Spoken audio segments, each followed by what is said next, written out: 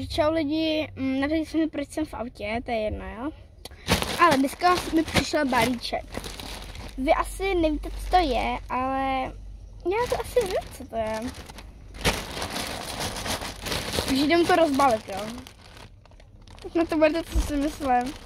Je to dárek od babičky k vysvědčení. Babička, jestli to vidíš, moc ti děkuju. Jo, takže ty si to nebudeš zvládnout, babičku. Ono to je fakt ono. Mám, je papírek. Nezájem.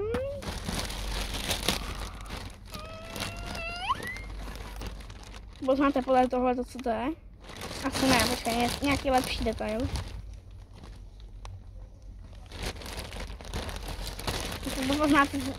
To poznáte ze zadu.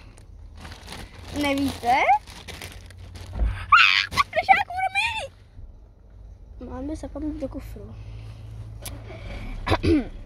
To je plišakurami. Nevíte si, proč si má šatičky. Já bych si nejradši bydla bez šatiček takových, ale on tam nebyl žádnej takovej. Buď byly moc drahý, anebo vypadaly úplně... No, tento trošku by se má trošku zdemolovanou hlavu, mě podle mě moc roztáhlou. Ale nevadí, teď je to můj nejoblíbenější plišák. A se mi i vadí, že možná, já nevím, ustřím tuto hvězdičku a nebře to strašně kouše. Když to takhle obejmout. S tím budu je spinkat. Jo, si dáme cedulku. Ok, i to mega hezký. S vámi několik tomu plišáku dáte z 10. Jen do 10. Co to? 1 z 10, jo? Ne, jakže... Kolik tomu hodnotíte, jo?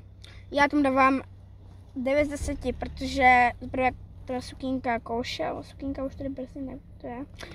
A má trošku tu hlavu, jinak skvělý, můj love it. Čekala jsem, že bude trošku větší, ale nakonec jsem asi ráda, že je tak malý, protože bych nechtěla mít takovýho plišáka, jako chodíme tady. No, jako chtěla, ale jedno. Ok, do té doby lidičky, to budu krátké si užili a...